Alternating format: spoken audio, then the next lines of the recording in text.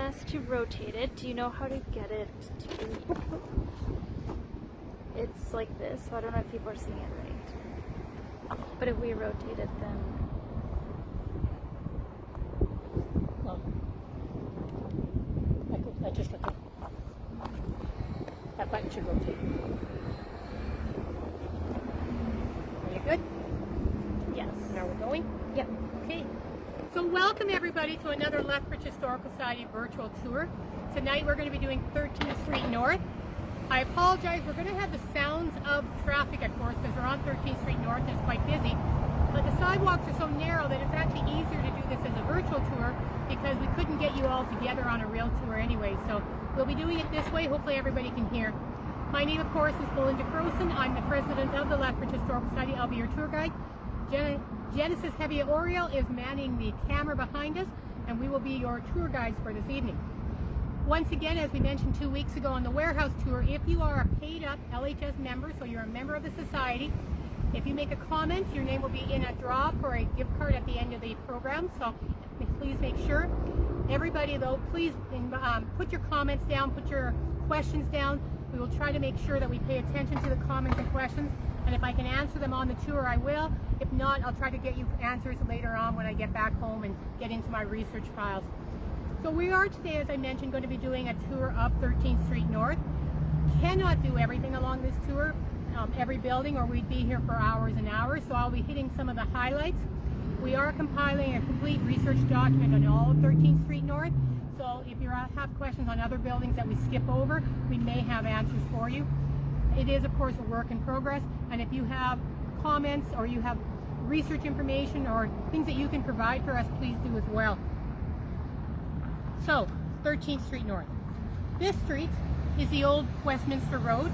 Well, actually, Westminster Road was all of 13th Street, and the original plan when it was set out in the 1880s was that 13th Street North, Westminster Road, was supposed to go from Cooley on the south to Cooley on the north. There has since been development, it doesn't go quite that far, but it is one of the oldest and one of the longest and more prominent roads in Lethbridge. And here on the north side, it became the main street. It became the commercial district of the North Ward of North Lethbridge. And so we're going to pass some of the old theaters, some of the old restaurants, some of the old hotels that were so prominent in the history and still are prominent in the development of North Lethbridge and of Lethbridge as a whole. This area has a long history, and as I said, we're not going to be doing quite all of it. When we look around though, we'll see some places to start. So if we just swing around to the south, we'll see sort of, oh, the trees are in the way, but we'll see the entrance. One time, of course, the rail yards divided North and South Lethbridge. And to cross the rail yards, especially as the rail yards expanded immediately around the time of the First World War, 1908, 1912, 1914 period, the rail yards grew as Lethbridge grew. And so you'd have several tracks across the rail yards. Crossing those became very dangerous. And having a way to either cross them or go under them became vital. And there were only a few places. They had the 9th Street Bridge that went over, but they wanted something here on 13th Street. And what happened is they developed the subway. Now initially here it was a level crossing, but that became very dangerous, and the subway was built in 1914. The original subway, that 1914 subway, was built by the company of Smith Brothers and Wilson, who did a lot of construction in Lethbridge, but also throughout Saskatchewan and Alberta. And the original subway was put in 1914 at a cost of $76,000. Now the city was responsible for helping to put the subway in, but they received a grant from the Board of Railway Commissioners to help pay for it. And by October 1914, the streetcar was actually making its way under the subway, so by fall of 1914, the subway was in place. As you look through the stories or you talk to people who remember that old subway, there was many stories of it being flooded during rainstorms, of vehicles and even the streetcars getting stuck through it as they tried to cross. But that old subway stayed until the 1980s when it was replaced by the current one we have today. So it came under the subway on 13th Street. You came from South Lethbridge into North Lethbridge. What would you have seen in the early days as you came across to North Lethbridge? Well, where we're standing, you would have seen the Canadian Pacific Railway, the warehouses. And this would have been, as it is tonight, a very busy site. You would have had wagons and then later trucks coming and unloading and loading at the warehouses, There would have been a lot of staff working here as things being shipped in and out of Lethbridge came through this. The warehouses expanded over time, but of course today all the warehouses are gone, and that has allowed other things to be developed in this area. Just north of us is the Dollarama, sorry, south of us, did I say north? Just south of us is the Dollarama. That of course is the old Catelli factory. That was built in 1949, but it was actually the third place in Lethbridge used to make pasta and macaroni in Lethbridge. The first macaroni plant in Lethbridge opened in 1913. Carmine Marinero was actually enticed to move his plant from Fernie to Lethbridge as a result of the city of Lethbridge's first ever industrial contract. So it was the first time anything was used to actually entice a business to move into the city. For moving to Lethbridge, the factory was able to rent the upper two floors and part of the ground floor of the old woolen mill, which would have been west of us, for only $5 a month. The company was also promised that they would get power from the city at a very particular rate. In order to get that, not only did they have to move, but they also had to promise to employ at least 10 people in the macaroni factory. That early decision to set them up in the woolen mill proved not to be a smart one, and very soon it became apparent that the old woolen mill was just not appropriate for the macaroni factory, and a factory was built for the macaroni plant here in North Lethbridge at 12th Street A and 4th Avenue North. There were a few changes at that factory. It actually suffered a great fire in December 1921, but it was rebuilt, and it operated there until this one was built. There was a change of ownership at that factory, a couple of them, and in 1928, the Columbia Macaroni Plant, as it was known at that time, was one of a group of companies that merged with Catelli Macaroni Products Corporation. And from that year on, the macaroni plant became the Catelli plant. It stayed in that old factory on 12th Street A North and 4th Avenue until 1949, as I said, until it moved here. This was a very busy factory, produced a lot of Catelli products, but around 2000, corporate restructuring within Catelli led to the closure of the factory here, and of course today, through adaptive reuse, right, taking a factory and making it into something else, taking a building and making it into something else, you now see it as the Plaza One and with the various businesses there. Now, if you had been here back in 1909, another building you would have seen, and actually just a little bit north of us, would have been Fire Hall number 2. The first fire hall in Lethbridge was way down on 2nd Avenue and 4th Street, and of course, fire protection was needed in the North Lethbridge area as well. And so in 1909, they constructed a little wooden fire hall just here on the property.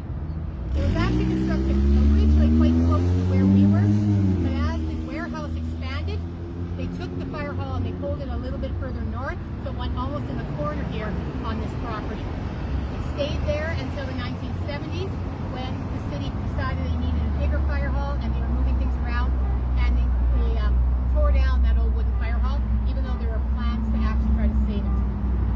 And it's also in the 1970s that we see other changes happening in this location. And it's in 1970 that Centre Village Mall opens, opening to the public on 8th of October 1970. So after the warehouses moved out after this area opened up, we see Centre Village Mall come in. When the mall opened in 1970, it covered 4.5 acres and included a 100,000 square foot Simpson Sears department store, a 20,000 square foot McLeod's Family Shopping Center, and an 18,000 square foot IGA food market. Other businesses that were in the mall when it opened in 1970 were Cunningham Drugs, Tip Top Tailors, Reward and Flag Shoes, Riley and McCormick Western Outfitters, Smitty's Pancake House, and Doreen's Boutique. Stores have of course come and gone from the mall over the years, and the mall has undergone renovations and changes over the time. But 51 years later, we still have Centre Village Mall on this site. All right, we're now going to head just a little bit further, and we're going to go talk about the building across the street from us, of course, which is the Islamic Center today. So follow us as we go a little further north. I'll try to get my north and south first. Oh, we have a light too. Do you think we can make it? Yep. All right.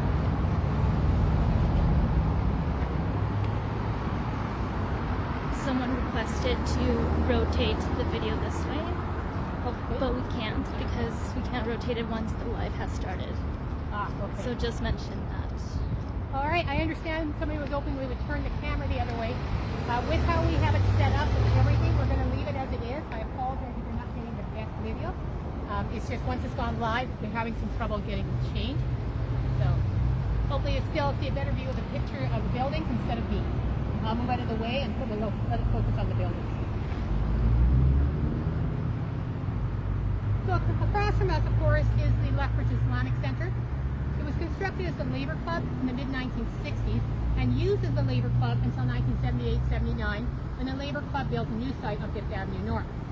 The labor club was founded as an organization in 1946 and it was formed from 8 local unions. The original 8 local unions were the Federal Union of Civic Employees, the brewery workers, the street railway employees, the carpenters and joiners, cereal workers, the Railway Carmen of America, journeyman barbers, and the theatrical and stage employees. This building, when it was constructed in 1965, cost $155,000, and the Labor Club was able to finance it by selling of debentures for labor unions, business organizations, and other individual citizens. As I said, up until the late 70s, it operated as the Labor Club, and in 1979, when the Labor Club was moving out, they had over 3,000 members as part of their club. The building then underwent complete reuse and change, and in June 1984 it officially opened as the Bill Kurgan Center. Tenants in the Bill Kurgan Center when it opened were Lethbridge Seniors Group, Big Brothers and Big Sisters of Lethbridge, the Handicapped Riding Association, Landlord and Tenant Advisory Board, the Lethbridge Volunteer Bureau, Parents Place, Southern Alberta Ethnic Association, United Way, Lethbridge Handybus, the MS Society, and the Federal Superannuities National Association. And I have to admit that was the only one I had to look up and figure out what they actually did. So why was it called the Bill Kurgan Center? Many of you might actually remember Bill Kurgan. He was a longtime police officer in Lethbridge. He served as an alderman. He was a veteran of the Second World War. And he also served as the city's inspector, probation officer, and child welfare worker. Essentially, he was Lethbridge's truant officer. Kurgan also was a 2-time president of the Legion, served on the executive of the Canadian Cancer Society, and was also actively involved with the Kurgan Club. He passed away in 1982, and of course they named this in his honor. This building stayed at the Bill Kurgan Center until a few years back, and in 2018 it was reopened as the Lethbridge Islamic Center.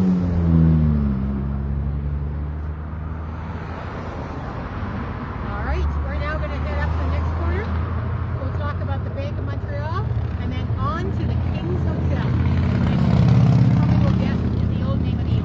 So let's go up to the King's. One person said they can't see the video, and another said the audio, they hear it. Okay. Well, hopefully if we get up further, we'll get the sound. I will try to speak more loudly, so most people never have a problem hearing you. It was probably the shade that was the problem with it. Hopefully.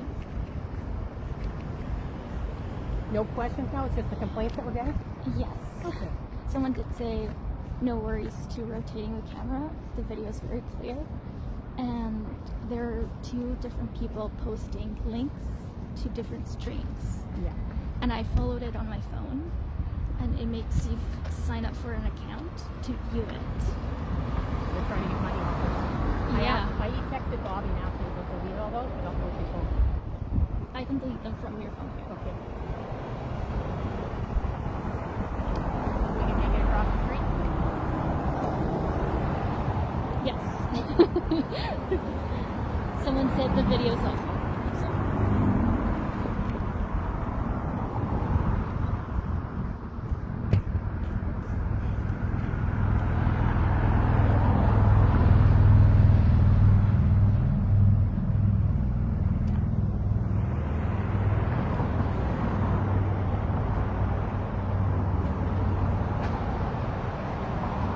We're actually going to stay focus on this building behind us and go to the next part.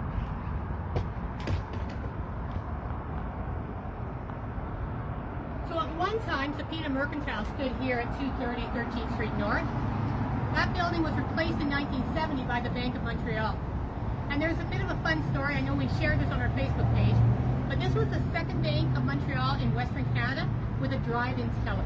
And this was back when it opened in 1970. The teller was protected by a bullet-resistant window that didn't open. And transactions were made through a sliding tray. Communication was done through a speaker system. The wicket was constructed with a special heater to keep it warm in winter so the teller wouldn't freeze.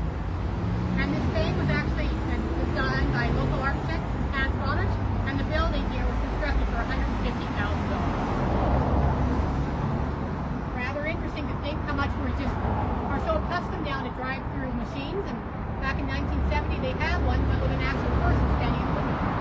All right, let's make it a little quicker.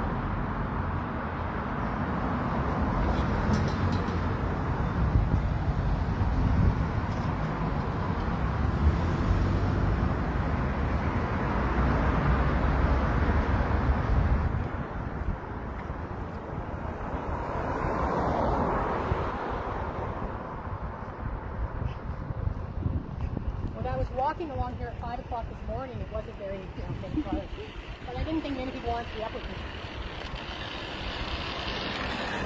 That car needs some work on it.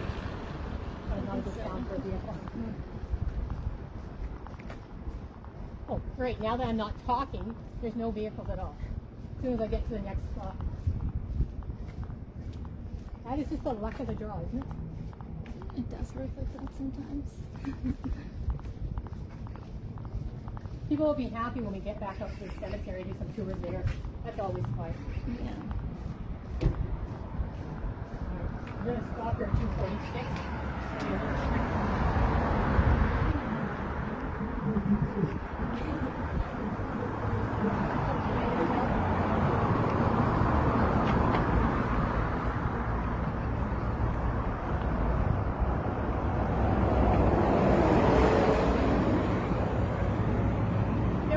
Beautifully old buildings along 13th Street North, even though sometimes they don't actually look as old as they are. This one here at 246 is called the Williamson Block, and it's one of the older buildings on 13th Street North.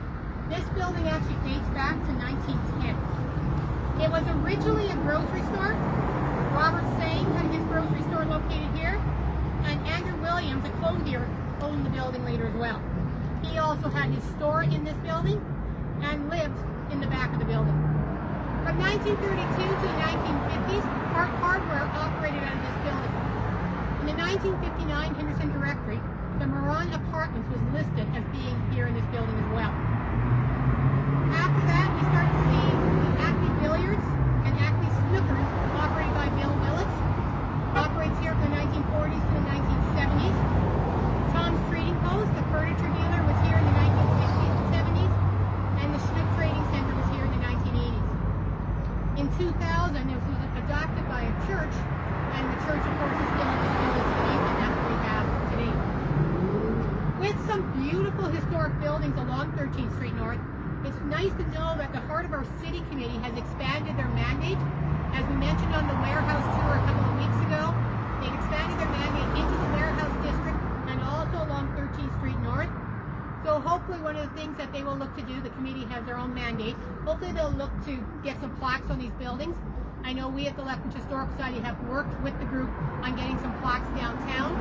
So hopefully we could also look at getting some plaques in some of the buildings here, because as I said, there are some fabulous buildings along here that you may not know are as old as they are. Of course, towards the corner, I think most people realize as historic buildings. Let's get to the corner and we'll talk about, first we'll talk about the person who actually laid the brick. So let's go a little further north. Hello. May I interrupt you for a minute? Yes. What is it you're doing there? Are you doing some history? Yeah, we're doing a historic walking tour of the street. Oh, what's that going to be? It's live on Facebook right now. You're actually on the Sorry? Hey, how you doing? We're doing it live. Okay. If you go to Lethbridge Historical Society on Facebook, you could watch. Someone asked when the next cemetery tour will be. I don't know right yet. Next 3 weeks from now, we're going to do the Stories a Realtor Never Tells. And then if the cemetery after that, it'll be in August, but I can't remember if it's the first or second week. It should all be posted on the Facebook page under the event. I do know the September 1 plan, December 1 plan. I will have to watch.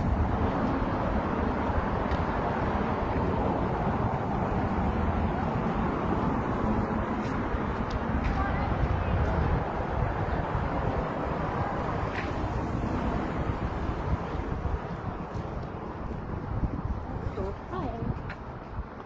All right, so we're going to talk about the Alta first. Okay. So, let's start with the building's history and then we'll talk a little bit about the organizations that were in it. This building was constructed in 1915, so 106 years old. And it was originally designed as the standard bank. And the nice thing about banks, because they tended to have money, banks tend to be well built and they usually last a long time. So the standard bank was on the main floor and then they had rooms for rent above. In 1928, the standard banks from all across Canada merged with the Bank of Commerce. So in 1928, this became the Bank of Commerce, and it stayed as that for the next 2 decades or so.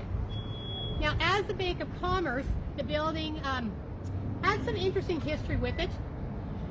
I was reading up in the Gliding Club in Lethbridge that operated in Lethbridge from 1929 to 1939, and one of the members of the Gliding Club actually worked here at the bank.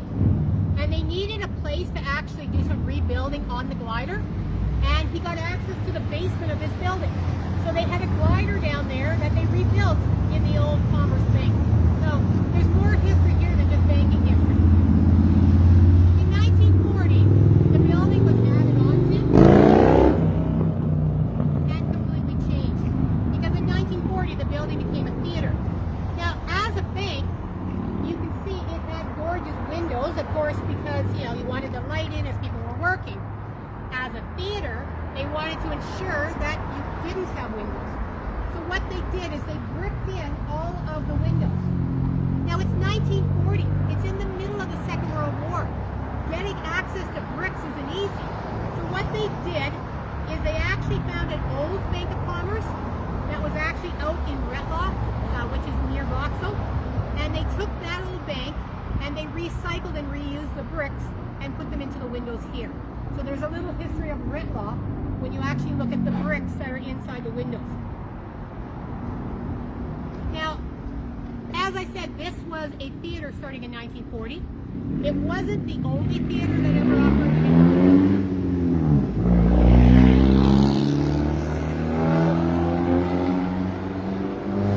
Whatever you think of electric cars, these tours are going to be much easier when electric cars are the only thing out here and there's no noise. The first theater in North Lethbridge was the Monarch Theater, which opened around 1911, just a little further south at 250 13th Street North. In 1915, the Monarch Theater was renamed the Regent Theater. The Regent Theater operated until about 1919, 1920, and then it closed. And if you followed me on tours before, you know that in the 1920s we're in a bit of a recession, and so it closed probably for financial reasons. In 1938, the Lethbridge Theater opened up in the old Monarch Theater site. The theater was operated by the Cameron Downey family. In 1940, the Lethbridge moved here to the old Bank of Commerce site, which is why, of course, they had to block off the windows. As a theater, this building had a seating capacity of about 350 patrons, and it would operate as a theater until April of 1963. Now, anybody who attended the Lethbridge remember some things that it did different from some of the other theaters. The Lethbridge gave out over 40,000 pieces of dishes and silverware. And for only 10 cents service charge above your regular price of admission, you could take that dish or silverware home. And there used to be a beautiful recessed doorway and marquee that was hanging out over the double-wide sidewalk here. And there are really good stories of when the police would have to do street patrol and walk along, they would often use that little recessed area, especially to get out of the wind on cold winter days. So it was a nice place to stand. After the Lethbridge closed in the 60s, this has been several different functions. The Orc Karate Studio was here, Neptune Pouring, Sellinger Studio, Color Pros Custom Films, Borderline Skates, and a few more. And so here we have a 160-year building. Still absolutely functioning. Now across the street is the old York Hotel. If you get an opportunity to actually walk along the west side of the York, have a look into the sidewalk. It's the only place left in Lethbridge where glass prisms have still been left in the sidewalk. Unfortunately, most have been covered up with asphalt, but there is a few poking through. And those glass prisms were used at one time to provide light for storage areas under the sidewalk and down in the basement. They were one time clear glass, so that will provide better lighting. But part of the materials, and I think it's the manganese, over time turned purple, and that's why those old glass prisms have turned purple. Now the York Hotel and the Lielta building here have more in common than just their location. Both of these buildings were constructed by the same bricklayer, a man named Richard Bergman. Now remember that Richard Bergman name, because as we keep going north, we're going to come to the Bergman block, which not coincidentally was also built by Richard Bergman. And so Richard Bergman has left a great legacy here on 13th Street North. There's 3 buildings right on this street, and then as you go down 5th Avenue, there's the Bergman House as well, all constructed by bricklayer Richard Bergman. Now, anybody who knows Lethbridge called it, of course, the York Hotel. But when it was originally built, it was called the King's Hotel. And when the King's Hotel was constructed around 1913, 1914, it was almost stopped by a group called the Body of Christians. In order to be financially viable, a hotel had to have a liquor license. But there was a rule that you couldn't get a liquor license for a facility if it was within 600 feet of a church. And so knowing that these guys were trying to get a liquor license, the Body of Christians moved their congregation to a building within 600 feet of this hotel. Now it did stop it for a while, but eventually the King's Hotel opened here in around 1914. It operated for a few years and managing to go until 1923. Remember that 1920s recession, and then the building had to close down for a few years. It operated again for a few years and it closed down again in the operated again and it closed again in the 1930s. Now in 1939, the building was purchased from the city, which suggests, of course, that the city likely got the building due to taxes. And on Christmas Eve, 1939, a huge Christmas dance was held here in the building for its grand reopening. It was held in what was called the Gold Room of the York Hotel, and the article noted the hotel would be completely open to customers in 1940 and had, at December event, only 5 rooms ready for viewing by anybody who was interested. Now, throughout the 1940s, the building is operated during the Second World War, and then in 1946, they had to do another fight over their liquor license, because just north of the building was actually a school, and it was called the Technical School. It was operated by the Lethbridge School District through LCI, and it opened just north here in 1934. Now, the Technical School was a trade school. It offered motor mechanics and electricity courses for the boys, and sewing and domestic science courses for the girls. And in 1946, the school board opposed a liquor license for the York Hotel because they didn't want to have liquor sales that close to the school. Over all of those different arguments, the York persisted and kept going, of course, for many years. Now, many of you will have stories about the York. Hopefully they are G-rated and you can actually share them with us. But here's a couple that I find are interesting. In 1976, there became a concern that there was a car parked in the York parking lot for the last 3 years. And in 1983, the Silver Fox restaurant opened here at the York. Of course, over the years, the York has had amazing bands and music, and people will remember a lot of events and activities in the York. All right, we're going to cross now and go to Chinook Stationers.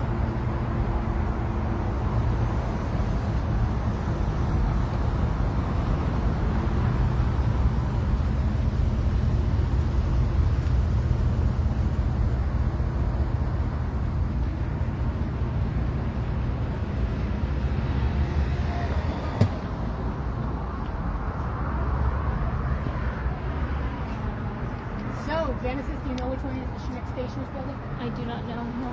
That's okay. It's now Luigi. Oh. It explains why it has really big windows, which is good for a restaurant. Yes. All right. Anywhere you want to stop.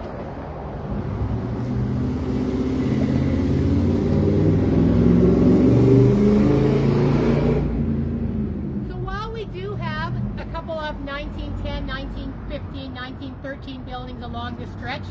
We also, of course, have some newer buildings as well. We lost some old buildings, particularly some old wooden buildings to fire. Others have been knocked down over time. So there's always a progression of buildings.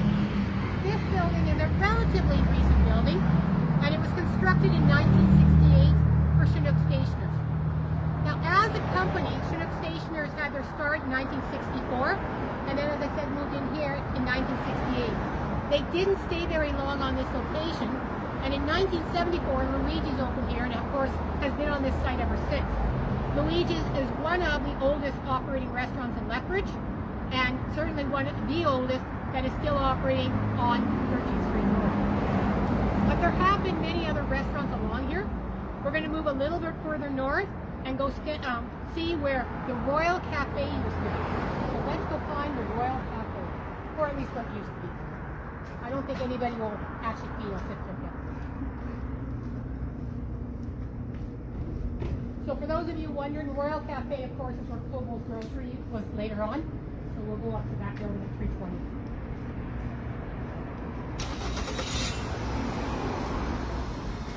These are very narrow sidewalks.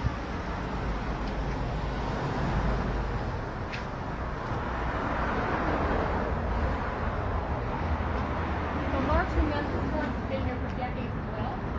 This was at one time Precision was here, and then a person who worked for Precision took it over and changed the name to Marksman.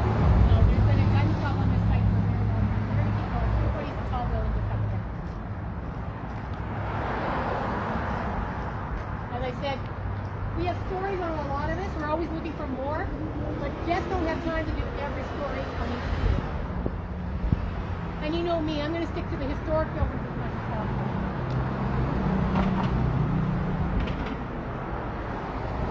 Anywhere you want to start. So this is another of the oldest buildings along 13th Street North. This building was constructed in 1909. In 1910, at this location at 320 was North Lethbridge Dry Goods Company with Hyman Feinstein as the proprietor. In the 1911 directory, we have no mention of who's operating here, and some of the early history is a little bit vague on this building, but we do know pretty much after 1914 what's happening. By 1914, the Royal Cafe is operating in the building, and the next year, this is the Bingwo Grocery, and will stay as the Bingwo Grocery until 1929. Bingwo came from China between 1901 and 1903. He was in Lethbridge by at least 1906, though we're still trying to determine exactly when he arrived. He worked initially as a market gardener, which of course is a small garden to grow food for restaurants and grocery stores. And there are several mentions of him in the early newspapers because he won a lot of prizes at the annual fair for his vegetables and poultry. Now we do know his wife Esther will come to Lethbridge in 1919 when the couple are married. In the 1921 census, Esther and their young one-month-old son Reginald are living here in the building with him. In 1929, the family leaves Lethbridge and moves to Regina. Now we managed to follow the family a little bit in Regina, and we know that Reginald, the son, was the valedictorian of his high school class in Regina, and then he went on to become a civil engineer working for the PFRA. From 1929 to 1938, this building will serve as apartments. We see a lot of businesses closing down in the 1930s, and at that time we don't have any business that we know of operating in this building. Sorry, in 1940 the Kobo family moves in, and this will be the Kobo Grocery from 1940 to 1995, which is why most people will remember this building as Kobo's Grocery. Kobo's was a full-service store and confectionery. George, Ann, and their son Johnny lived on the premises and operated the store. As with many of the stores along here, and there were lots of stores, right? We talked about Subpoenas, there's Kobo's, Maholics, etc. This one also did deliveries and served the community for decades. Alright, so here's another old building, and we're going to go just a little further on to the Lee Wong building, another 100-plus-year-old building.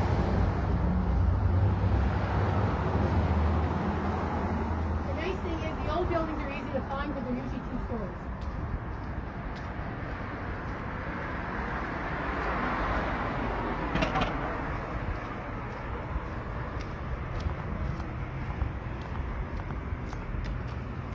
I tell you, we're jinxed. Every time we're walking, the vehicles disappear. And then when we stop, they all come up. So here we are at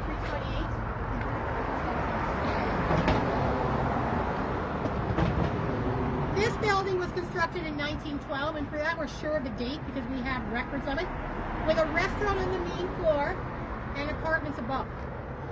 This is actually one of the buildings on 13th Street North that we know the architect.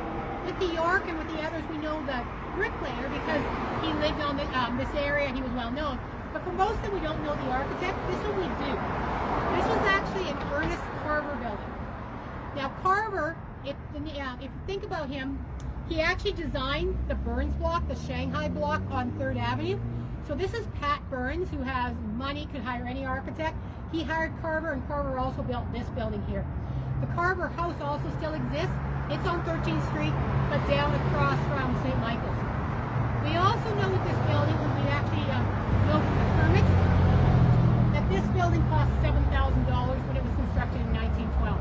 That's a lot of money for a 1912 building, which again, knowing the architect and the work on in, suggests that this building was well made in this time. Lee Wong came to Canada in 1901 and became a Canadian citizen in 1915. We know that he's in Lethbridge by 1909 and operating a restaurant here on 13th Street, just a little bit further away from this. He operated out of that other restaurant until 1912 when he moved into this building. Now, he originally called his restaurant the North Ward Restaurant, North Ward being an old name for North Lethbridge, and later just renamed it the Lee Wong Restaurant after himself. In 1923, the restaurant is again renamed and it becomes the AB Cafe. It operates as the AB Cafe for a short time and then becomes the American Confectionery with Jack Wong, Joseph Simon, and Robert Sly operating. After the American Confectionery closes, other businesses and uses, Niagara Cycle Massage Away, Don Anderson Sales, and Alcoholics Anonymous operated out of this building. So we have another building here, 109 years old. The next building is going to be much more recent. The next building we're going to stop at is only from 1953.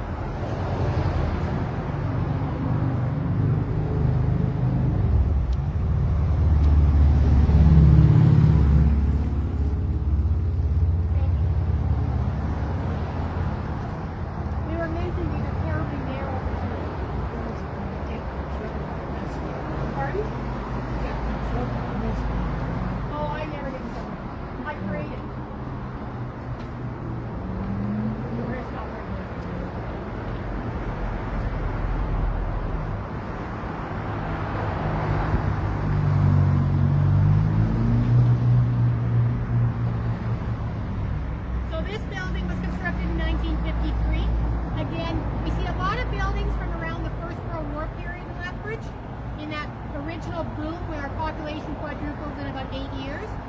And then we go into the First World War, recession of the 20s, Great Depression, Second World War, and then we see another boom, both in population and in building in the 1950s.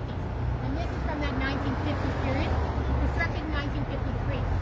Originally for LNIB, and then became the Alberta Liquor Control Board. And so, of course, this was a beer store back in its day. After ALCB moved out, it's been Western Plumbers, Western Heating, and Drywell Tapping Firm. And of course, today we have the barber shop and other uses in the building.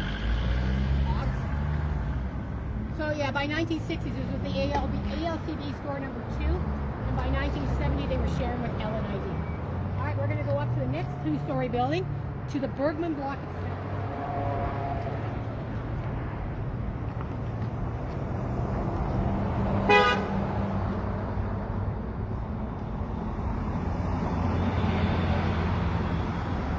Questions or anything? No questions, no. But people are saying hi to each other, just nicely.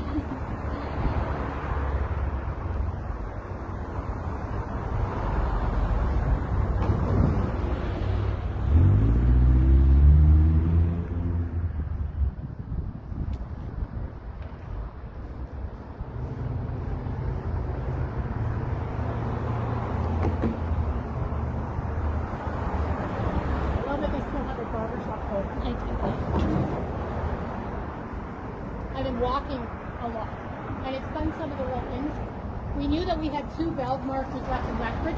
They were used by the city from the 30s to the 60s to mark bells so that they had a water problem, etc. They knew where they were. Yeah. I've recently found 4 more because I've been walking up and down different neighborhoods, photographing houses and doing research. So now we have 6 that we know of. 4 of them made of concrete and 2 wooden ones. Those wood ones are real historic though. Yeah. And the funny thing is, I wonder if the people who have those properties know why they have a wooden stick at the end of the corner. There's a question. Any information about the lot with the menorah? Which one? The lot with the menorah across the street from where we just went. I'd have to get back to you. It's not in my head. I'll try to answer that one later on Facebook. So now we're at the Bergman block, which many people would have called the McCaffrey block, 418 13th Street North. This is a designated building, so it is a municipal historic resource, which is why they already have a plaque, because when you get designation, you get a plaque as well. This building was constructed in 1912, 1913 by Richard Bergman, who's the son. Bergman, as I noted, was a bricklayer who left his impact on this street and on North Lethbridge. The Lielta, the York, the Bergman block, and the Bergman house, which is just further down on 5th Avenue, are all from him. Richard Bergman came from Ontario to Lethbridge in the early 1900s. He was, as I mentioned, a bricklayer, but he was also a proficient boxer. And there is a story that is told that I haven't been able to confirm, but I love it so much, I'm going to share it with you anyways. In 1923, we know that down in Shelby, Montana, they had a huge boxing match between Jack Dempsey and Tommy Gibbons. The story is after that Shelby match, Gibbons came to Lethbridge and had a private match with Bergman, a private boxing match. And according to the story, Bergman actually knocked Gibbons out. I'd love to be able to prove that is true. If anybody has any records of that, I'd love to know it. Bergman's wife Tilly was involved with various committees and church groups. Unfortunately, she passed away very young in 1919. Richard Bergman passed away in 1951. Now the Bergman building had, of course, commercial use, but it was also integral to the community because this hall, Bergman Hall, was used for political rallies, for piano recitals, lectures, social events, dances, etc. And it's amazing how many events, when you look through what was happening in Lethbridge, how many events were taking place in this building. This has also been one of the post offices in North Lethbridge. This was carrying drugs for decades. This has been a farmer's market. It's been design lighting. It's been Restore Builders. It's been the Native Friendship Center. It's been Garbutt Business College, and so much more. And of course, it has undergone renovations and changes, and we now have Johnny Bean Coffee, etc. in the building. Now, these are the type of plaques I was talking about earlier that people can get, hopefully, as we move along.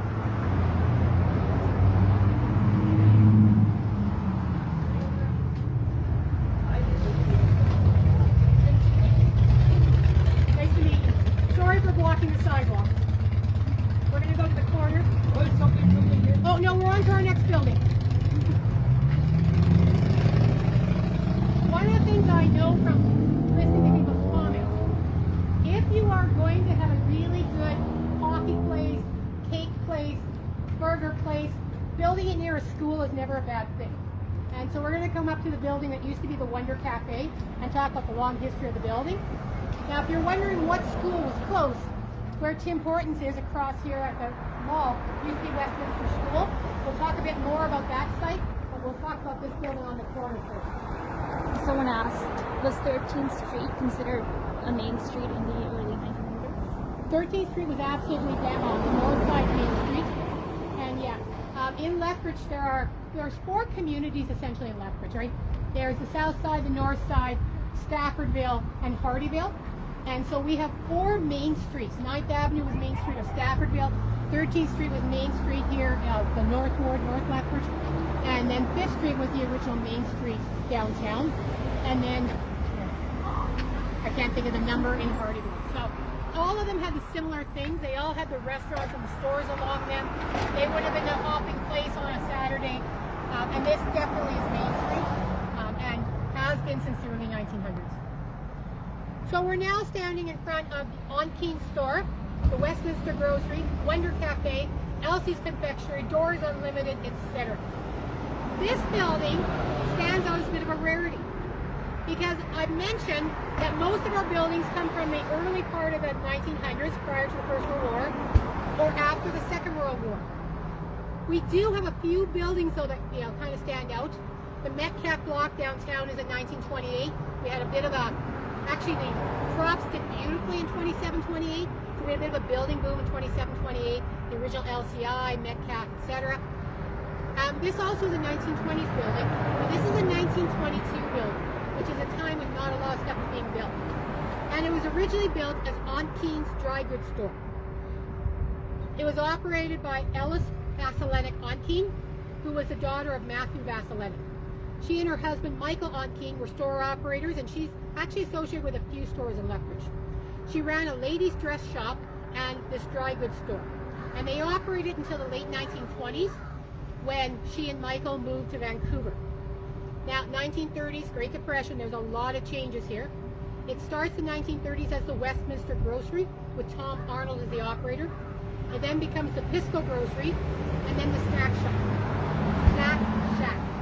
In 1939, Lou Hong bought the Snack Shack and renamed it the Wonder Cafe. And again, a lot of people following us tonight are going to remember this as the Wonder Cafe. Edward Lou Hong came to Canada in 1912 and Lethbridge in 1928. He was involved with restaurants until his retirement in 1960, and he passed away in 1966. He operated the Wonder Cafe for several decades. He was followed in the business by Glenn and Helen Kearney. In 1970, the Kearneys sold the business. Now, there's a couple of things that the Wonder Cafe had on its menu that people talk about, but the Wonder Cafe is really well known for the hamburgers it used to sell. And there was a competition at one time about who had the best hamburgers, and a lot of people gave this as credit as some of the best in town. If there's another place that you preferred for your hamburgers, let us know.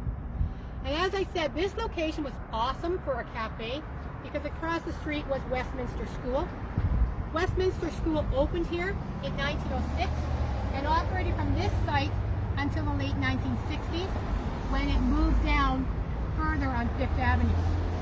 Now, the school was named for its location on the street. So Westminster Road came first. And you might be wondering, why was this 13th Street called Westminster Road? It was named after the Westminster District of London, England. One of the things about some of the early investors was the Baroness Angela Burdett Coutts. And if the names Burdett and Coutts, ring a bell, they were named after her and her husband. Baroness Picnic Shelter in the River Valley is named after her. First Avenue South used to be Baroness Road. There was a Bartlett Street and an Ashmead Street named after her husband. I love his name. William Asbury Ashmead Bartlett Burdett Coutts. He was actually just William Asbury Ashmead Bartlett, but when he married her, he took her two last names, so he added Burdett Coutts to his name. The Baroness's father was the Member of Parliament for Westminster District in London. She then, let's be blunt, she then arranged for her husband to become the Member of Parliament for Westminster District in London. And so this was named after that district that was linked to the Baroness's family, and which is also the district in London where the Parliament building stands. And so when they opened the school in 1906, they talked a lot about that Westminster tradition that they were trying to develop for the students of Lethbridge. And so that was one of the reasons it was named Westminster. Westminster School, as I said, operated here until the late 1960s, and this was the site of the school till 1968. When the school was taken down and demolished, Westminster Shopping Plaza opened on the site quickly afterwards in 1969. Early stores that were here in Westminster Plaza were Safeway, Fred's Bakery, Bank of Nova Scotia, and the Scotia Bank still remains, Body's Pharmacy, the Northside Library, and Northside Shell. So there's been many changes of businesses over the years in Westminster Plaza, but Westminster Plaza is an older mall even than the other mall, whose great name is escaping me. No. Park Place is younger. The one we just talked about, like literally a block ago. That's how my brain is going. Center Village, my God. It's been a long tour, it's not that long. And so this mall is from 1969. All right. We're going to safely cross Fifth Avenue and go talk about trampolines and a few other things we're doing.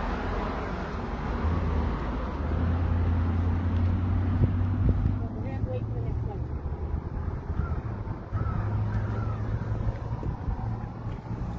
So when you are here or you're downtown, if you look at a lot of the corners, you'll notice that they're often empty. Maybe they're parking lots, maybe they're empty. If you think back, those are often the sites of gas stations, right? A corner gas station made a lot of sense. But of course, being gas stations, some people are worried about what might be under the ground.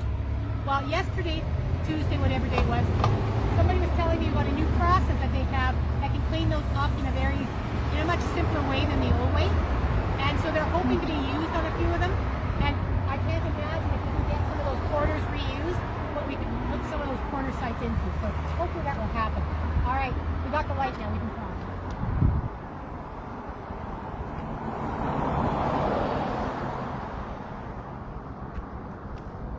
There's more burgers, Sam. I know, we're almost at Dairy Queen. You think if we just walk through the drive-thru with our camera, we could just buy ice cream on the way? Someone said that you can do anything on the north side, so.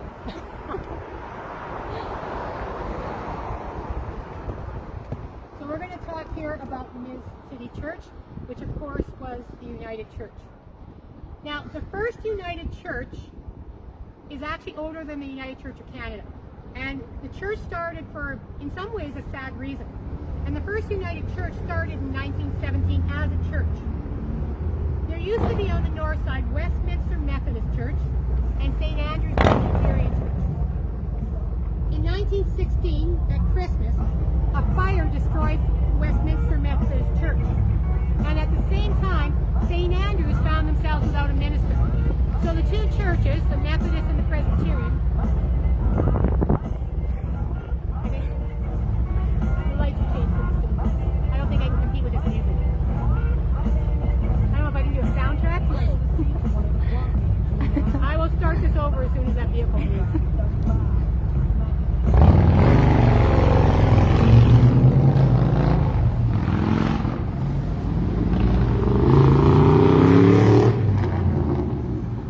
That music just didn't seem appropriate to talk about a church. So as I was mentioning, First United Church is actually, the congregation is older than the United Church of Canada, which starts in 1925. This church started in 1917. On the north side here, there used to be Westminster Methodist Church and St. Andrew's Presbyterian. Those two churches combined into First United Church in 1917. Around Christmas of 1916, a fire destroyed the Methodist Church, and at the same time, St. Andrews found themselves without a minister. So the two congregations decided to unite as First United. And they built a church on this site, which they used, and then they expanded, and a new church, this building, was constructed in 1950. And of course, it's been developed and changed over time. Today it is the Ms. City Church, but this is where First United used to stand. Now, Genesis and I were talking that we are really getting the smell of hamburgers, so that's obvious that Dairy Queen is just north. So let's go talk about Dairy Queen.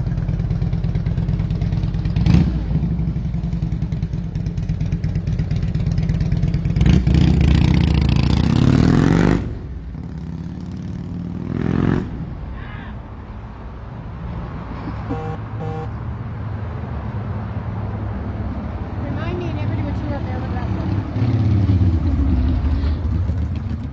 Even louder. Yeah, Where do you want to stop? right here's good. So Okay. you're- So there has been a Dairy Queen operating at this site now for, let me do my math, 65 years, 1956? That's 65? Or is it 75? 65. Somebody will check my math. Regardless, 1956. Now, up until 1970, this was only a summer operation, and it became a Dairy Queen grazer operation in April of 1970. And as some of you may recall, we did a recent post on it, or an update on it on our LHS Facebook page. At one point, there was a trampoline park just behind it. In the 1960s, trampoline parks were a bit of a hit, and there were a couple in Lethbridge with one here on the site. All right, we're going to go for a bit of a walk, and we're going to go to the Sorokoski store, which was one of the stores in Lethbridge that actually had a slot machine in it. So let's go up to Sorokoski's, which today is Precision Watch.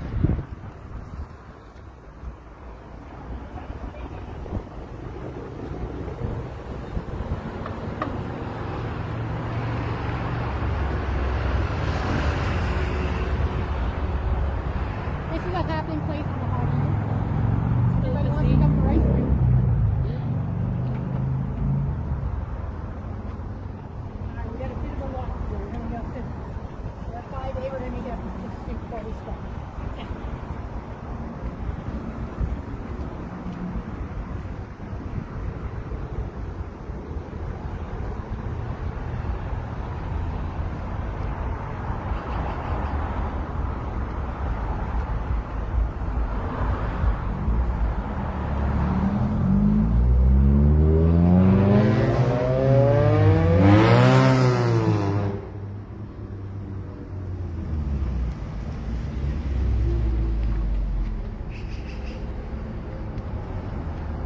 I'd love to know some of the conversations in the cars. I'm trying to figure out what we are actually doing.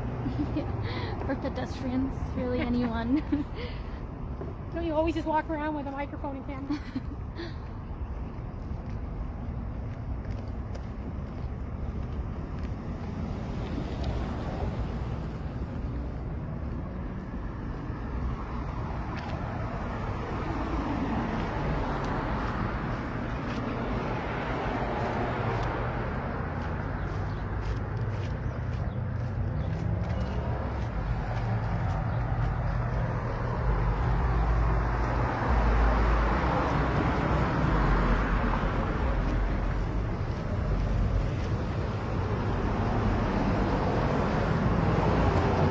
Is closing.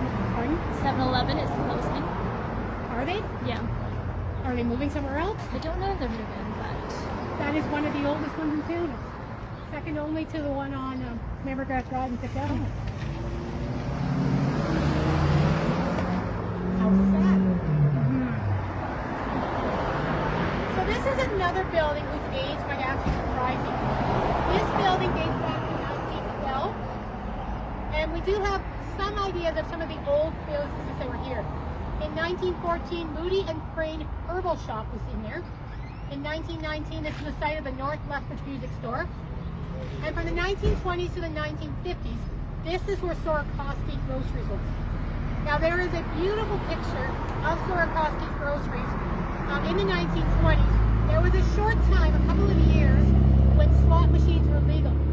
And if you look in the picture, you'll see a cash register, and then you see another machine that looks like a cash register, but it's actually a slot machine. And we know a few restaurants and stores in town had it. The White Lunch down on 5th Street had a slot machine and a few others. And just a way for the store to make a few extra dollars and people to play. As I mentioned, this stayed until the 1950s at Sorokoski's. Today, of course, there's two businesses in here. And by 1975, one half is the Lethbridge Watch Repairs, which today is Precision Lethbridge Watch, and has been Precision Lethbridge Watch since 1990. On this other side, it has been Glad Tidings Fellowship Church, the Gold Works, and for a short time, Green's Pop Shop, until they moved to much larger locations just there. Now, I mentioned the Sorokoskis. Isidore Michael Sorokoski came to Canada in 1910 and worked originally for the Canadian Pacific Railway for a few years before he was able to open the store here in 1923. The family lived in living quarters behind the house, behind the store. The store carried groceries and confectionaries, as well as I said, the slot machine, as well as punch cards. A delivery service was done with the store in the early years through horse and buggy. During the Depression years, Isidore and Helen allowed the miners and farmers of North Lethbridge to buy their provisions on credit and paid when they could. All of the Sorokoski children worked here in the store as they grew up. Victor and Carl worked here after the Second World War until 1955, when they left for other jobs. Isidore and Helen continued to run the store on their own. Isidore passed away in 1960, and the store was sold not long afterwards. And you'll see, as we've gone along, you'll notice a lot of grocery stores, right? We had Subpoenas, we looked at the Big Lawn Grocery, Hobo's Grocery, this one, and there were a lot of grocery stores here. There really wasn't a need that a community needed that you couldn't find on North Lethbridge these small grocery stores were absolutely essential to getting the families through mine strikes, Great Depression, etc. Because they carried the community when nobody had any money to buy the groceries. So when they finally got paid, they would pay their grocery bill. All right, let's go to St. Patrick's.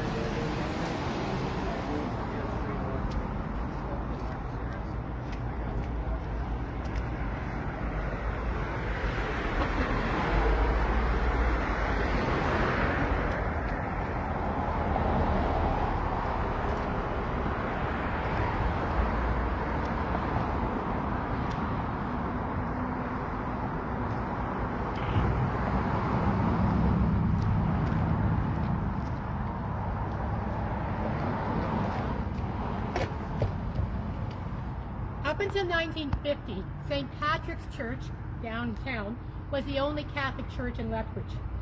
This church was built in 1950, and it was constructed through the works of the parishioners. I have found stories that one of the ways it was paid for in many ways, but it's done through sweat equity. We actually have pictures of parishioners actually building the church. We also have stories of some of the women of this congregation working in the sugar beet fields to help raise money for this church. And so it really was a community effort that built this church. The building has changed over the years. There's been new lighting, side altars have been changed, the basement has been renovated, offices were added to the north side of the building, stained glass windows have been replaced and cleaned over the years, but this is essentially the church from 1950. And so you can imagine, now they opened it right around Christmas, and they didn't quite have it finished, but they really wanted to have Christmas Mass here. And the story I've read is that snow sort of came down through on Christmas Mass, but they didn't care. The church was completed enough to at least have Mass here in 1950. So I think we'll stop there. I like to try to keep these things to an hour, which again, why we can't do them all. There's still so many more stories at 13th Street we could share. Perhaps we'll have to do another tour. This is our second 13th Street North tour that we have done over the years. And we know that there's more and more stories to tell. Once again, if you have stories to share, please do. You can always share them on our Facebook page. You can always, of course, contact us by email, etc. We're looking to add to those stories. If you have questions, please don't hesitate to reach out. Realize that we will be doing another tour in 3 weeks. So on the 29th, we have our next tour. It will be downtown. It will be virtual again. And that is one of my favorites. It's one I wrote a few years ago.